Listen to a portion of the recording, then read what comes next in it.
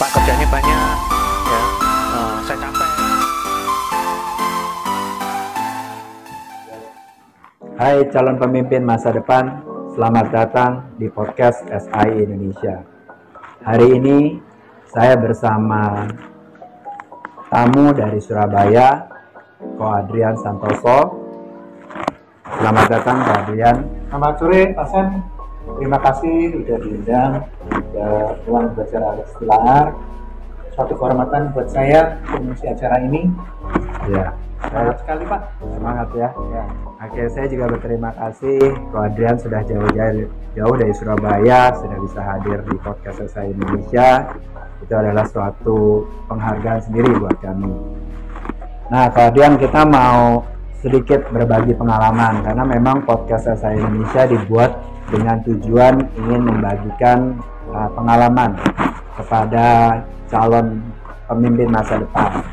Nah, Ko Adrian kan memang sudah lama menggeluti dunia kosmetik ya, dunia bisnis kosmetik.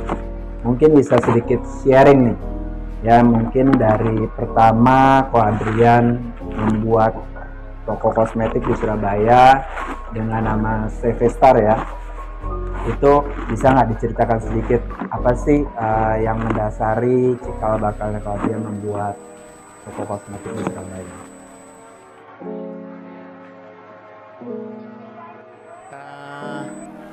Jadi waktu tahun 1977 itu orang tua saya mulai buka usaha toko kecantikan ini.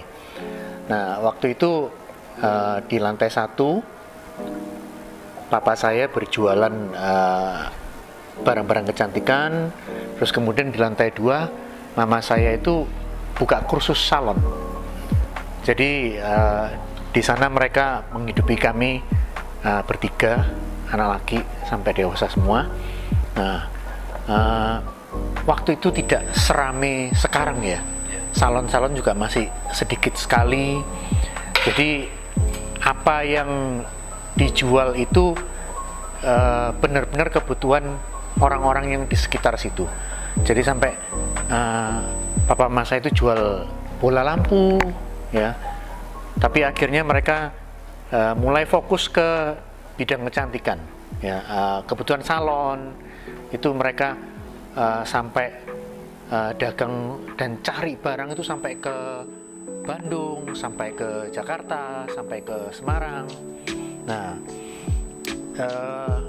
waktu itu toko kita luasnya hanya 4x7.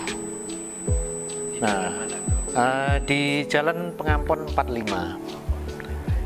Nah, kemudian waktu saya masih sekolah, saya kuliah, bapak saya mulai membuka di sampingnya. Di sampingnya artinya di dalam gang itu sebagai gudang. Nah, tapi seiring dengan perkembangan zaman, tokonya makin lama makin ramai nih Pak. Nah, jadi akhirnya kita renovasi. Yang pertamanya di toko itu cuma 2 lantai, kita jadikan 3 lantai. Nah, sejak tahun 1977 itu sebenarnya namanya Sari Pasifik Pak. Itu orang tua saya yang mendirikan. Nah, saya masuk ke toko ini tahun 2003. 2003, kemudian waktu 2007 papa saya bilang, ini sudah harus alih generasi nih. Kamu mau ngapain di toko ini? Nah, apakah masih namanya seperti ini atau kamu mau ganti? Saya bilang, oke Pak, saya harus ganti nih namanya. Ya karena seiring dengan perkembangan zaman, banyak kompetitor, saya harus menggebrak sesuatu yang baru di pasar. Jadi akhirnya saya mendirikan CV Star ini. Star itu artinya ya bintang di langit yang cerah ya. Dan itu untuk masyarakat di Surabaya itu sangat mudah diingat. Star, ya semua orang mengerti Star itu apa. Jadi dari kata-kata itu yang kita cari supaya orang gampang mengingat gitu Pak. Jadi total 45 tahun kita udah berdagang kosmetik. Oke, berarti dari orang tua ya, dari Iya, benar. Kalau Pak Adrian meneruskan lagi. Kalau kakak adik tidak meneruskan. Saya punya 2 kakak. Yang satu juga usaha sama persis, yang satu di Bali tapi sudah meninggal. Nah, jadi kita memang bertiga ini semua buka toko kosmetik. oke, laki lah ya. Semuanya laki. Oke. Nah, sebenarnya pertanyaan yang kedua nih saya menarik nih. Nah, laki ya, laki identik dengan maco biasanya ya. Maksudnya kan kalau dunia kecantikan, kosmetik, parfum, wangi-wangian biasanya kan lebih ke perempuan ya. Nah, ini kenapa nih kok Pak Adrian terus apa ya istilahnya meneruskan usaha yang udah dibangun, tetapi mungkin ada challenge juga nih. Oh, kok laki harus ngerti kosmetik, ngerti mungkin warna, lipstick gitu. Ada nggak ya tantangan tersendiri?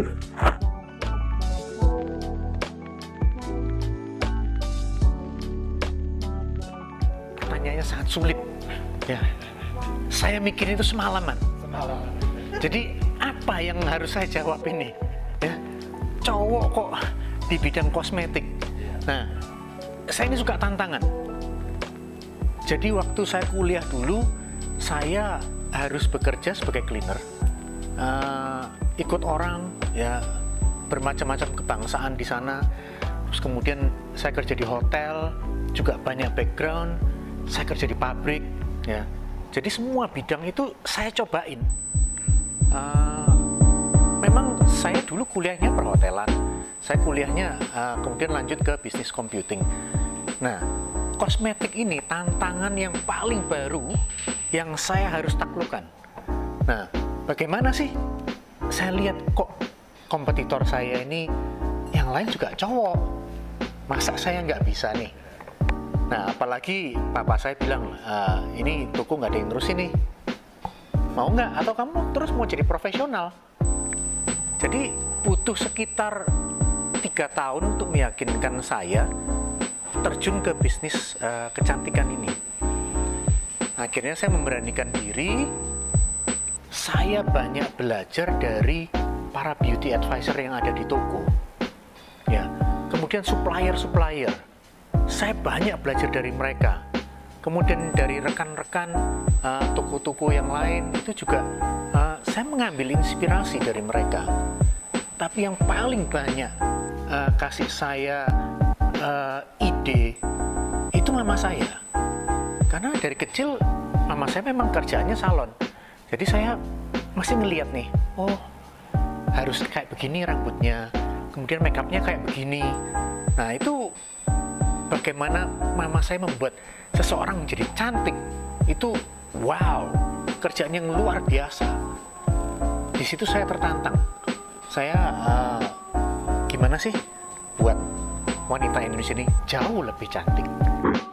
Kemudian bisa juga make up, pasang bulu mata atau buat alis mata ya.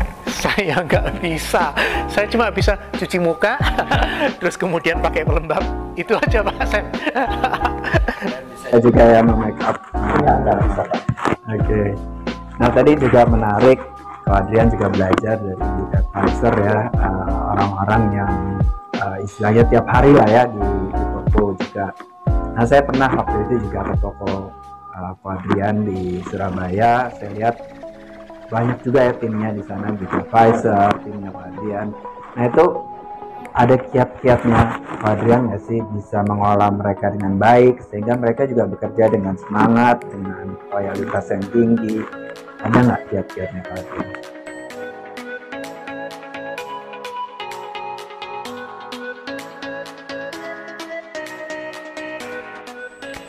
Nah, untuk calon pemimpin masa depan, pengalaman itu sangat berharga. Jadi Pak Sam tadi bertanya bagaimana memanage banyak orang di toko. Di toko saya mungkin ada sekitar 65 sampai 70 orang. Itu suatu tantangan. Tantangan terbesar adalah bagaimana memanage orang, bukan memanage barang. Kalau orangnya bisa di-manage, pasti barangnya bisa di-manage. Jadi berdasarkan pengalaman saya, udah kerja di sini, udah kerja di situ, dan tahu bagaimana rasanya orang itu cari duit, bagaimana mereka bekerja dari pagi sampai malam untuk menghidupi keluarganya. Jadi saya tahu bagaimana para beauty advisor, karyawan saya itu kerjanya wow, luar biasa. Apalagi sekarang ya, zamannya digital, semuanya harus serba cepat.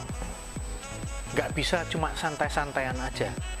Yang dulu jam kerja mungkin bisa 8 jam, tapi sekarang saya harus mensiasati bagaimana supaya pekerjaan itu selesai tiap waktu, tiap harinya harus selesai. Kiat-kiat yang lain, hubungan dengan supplier, hubungan dengan prinsipal, itu juga harus baik. Perlakukan orang-orang yang bekerja di sekeliling Anda, baik di toko maupun dari distributor, dari supplier, dari prinsipal, itu sama. Jadi kita ini kan di mata Tuhan semuanya sama. Jadi saya nggak mau anggap mereka lebih rendah, enggak, saya nggak mau. Saya anggap mereka teman. Ya, jadi kalau misalnya di perusahaan yang lama, kalau ada BA yang lewat di depan bos itu sambil nunduk-nunduk begini ya, saya bilang saya nggak mau kayak begitu. Udah biasa aja, nggak perlu nunduk-nunduk. Ya, mau lewat nggak nyapa pun ke saya juga nggak apa-apa. Asal kerjaannya beres dan kita bisa pulang tepat waktu. Jadi kunci utamanya adalah pahami bagaimana mereka kerasnya berusaha untuk menghidupi keluarganya, Pak. Itu kiatnya yang nomor 1. Berikutnya, seiring dengan perkembangan digital ini, ya pekerjaan pasti lebih banyak nih, dan pasti teman-teman di toko itu mengeluh, Pak, kerjanya banyak, ya, saya capek. Oke lah, saya kadang kasih reward mereka, ya, saya kadang pulangkan mereka lebih cepat. Wah, kamu harus selesai, dipecutin setiap hari. Enggak, saya nggak mau seperti itu. Jadi ayo kita kerja sama-sama, kita lihat kerjaan hari ini belum selesai, apakah bisa ditunda sampai besok? Kalau bisa, oke, kita pulang. Itu kiat-kiatnya, Pak. Walaupun toko masih ramai atau mungkin konsumen masih datang, saya tidak mau teman-teman di toko itu sampai kecapean. Jadi mending saya tutup tokonya. Walaupun masih ada konsumen di dalam, oke, saya tutup lebih awal, kemudian kita kerjakan, konsentrasi, selesaikan tugas hari itu. Kalau misalnya 5 menit sebelum teng nih, jam 5, udah selesai. Itu yang membuat timnya Koadrian jadi kerasan, jadi loyal, kerja juga lebih enak, lebih bahagia ya. Oke. Nah, kalau saya lihat sekarang kan semua sudah serba online ya. Nah, saya juga mendengar CV Star juga sudah mulai melakukan penjualan online. Sejak kapan Koadrian melakukan penjualan online?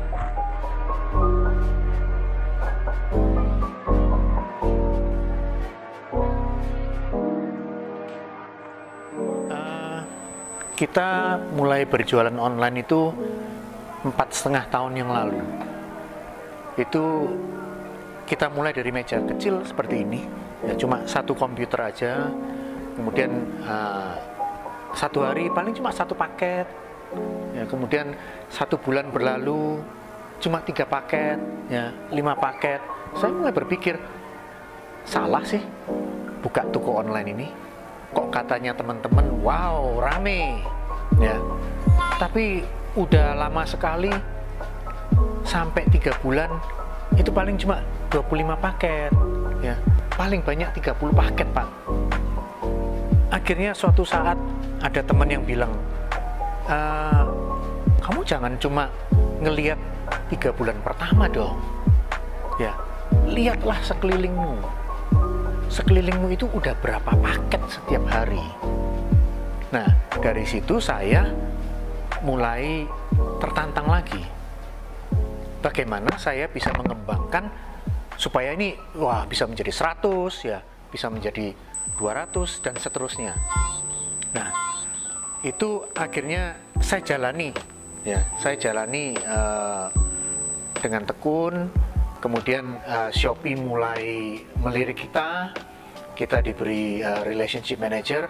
Nah, dari situ kita udah tahu bagaimana supaya toko online kita lebih rame.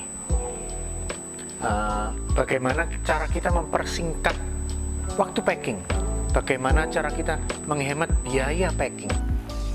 Itu semua kita belajar by doing, Pak. Setelah 4 tahun, setelah 4,5 tahun, kita sudah tahu, kita harus cut corner di sini, kita harus save time, money di sini. Ya, puji Tuhan, sekarang sudah sangat bagus perkembangannya. Ya memang intinya kita harus banyak belajar ya, Pak Adrian ya. Jadi memang waktu 4 tahun itu boleh dibilang singkat atau boleh dibilang panjang, tetapi memang kegigihan Pak Adrian selalu belajar, selalu ingin apa nih yang harus ditingkatkan lagi, apakah ada yang kurang, apakah ada yang perlu diperbaiki, itu selalu dilakukan sama Pak Adrian ya, sehingga online itu bisa baik ya, jualannya juga. Kalau boleh sedikit share, online offline masih bagusan mana kontribusi dari penjualannya?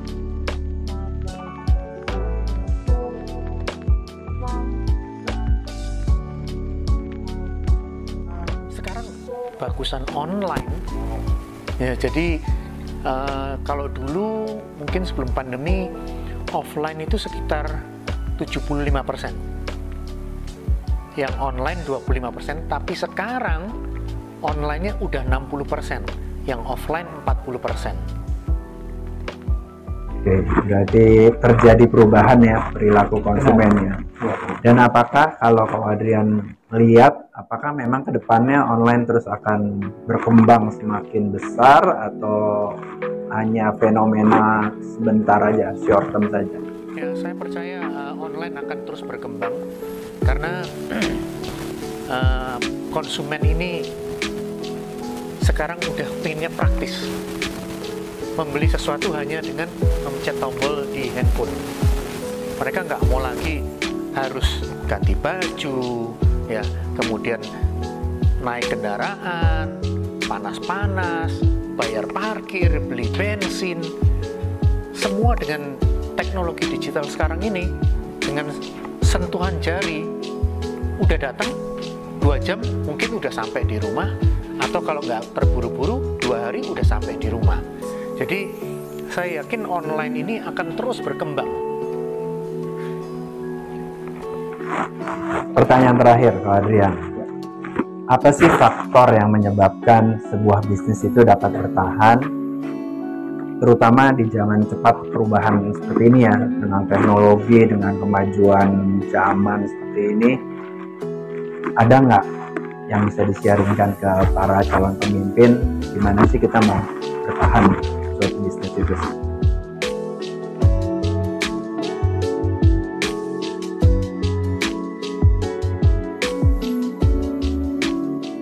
Oke, yang pertama, jagalah hubungan dengan teman-teman yang bekerja di perusahaan kalian. Ya, caranya bagaimana? Caranya cari pengalaman kerja sedini mungkin. Ya, kalau misalnya masih SMP udah bisa kerja, udah bisa mungkin magang atau bisa berdagang sendiri, lakukan.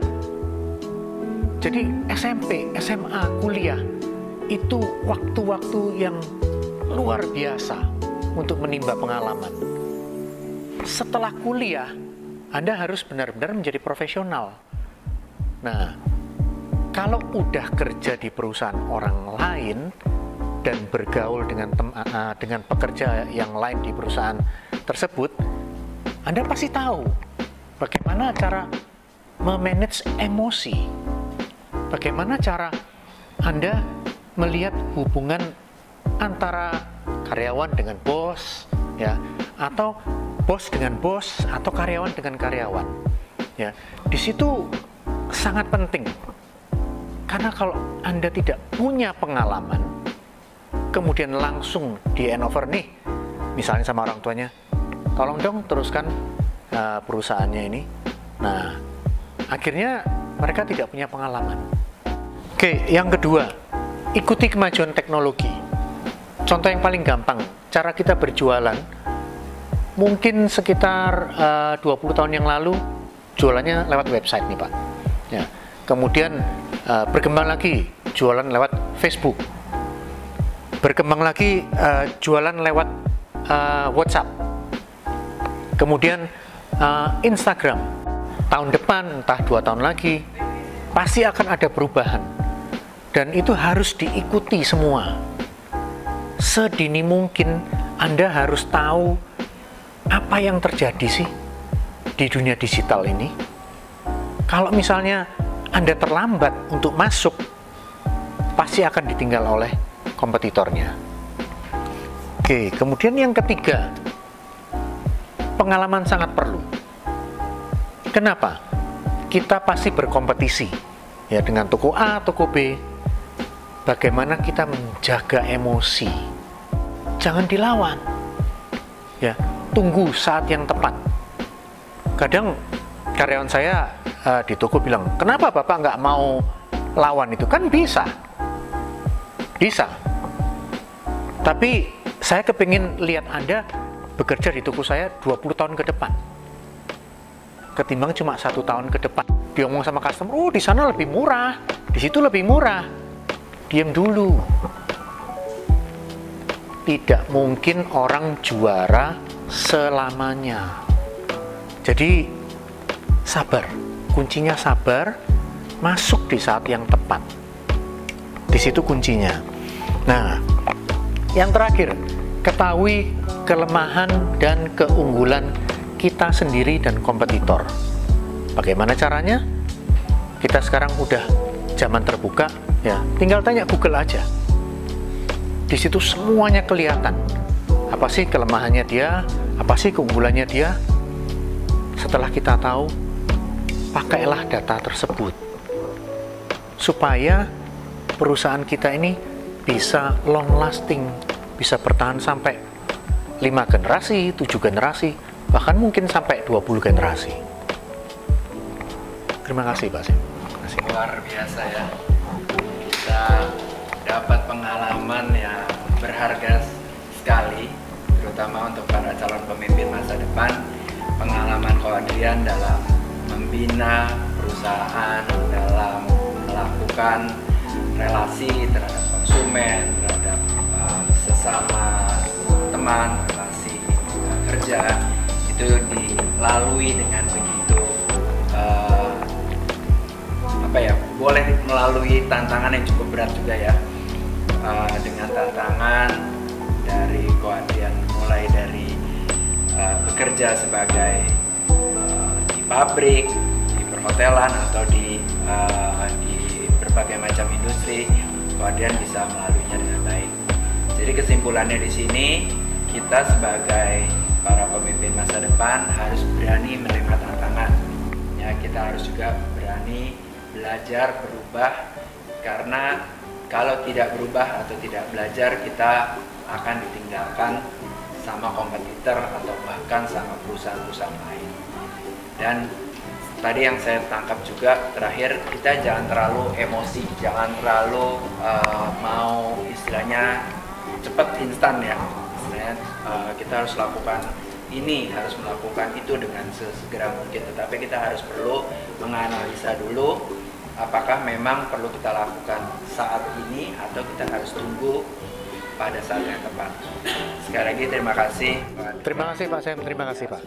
Kembali lagi sudah bisa hadir di sini CV Star yang menjadi mitra kerja dari PT SA Indonesia. Kita sungguh sangat beruntung hari ini kita bisa mendapatkan pengalaman berharga dari Ko Adrian yang sudah mengenyam begitu banyak pengalaman di bidang pekerjaannya. Sekali lagi terima kasih. Terima kasih kembali Pak Sam. Mudah-mudahan nanti kita bisa bertemu lagi, mungkin di topik yang berbeda, yang Amin, lebih amin, menarik Pak. lagi. Ya, nah saya sedikit ada kenang-kenangan untuk Ko Adrian. Oke.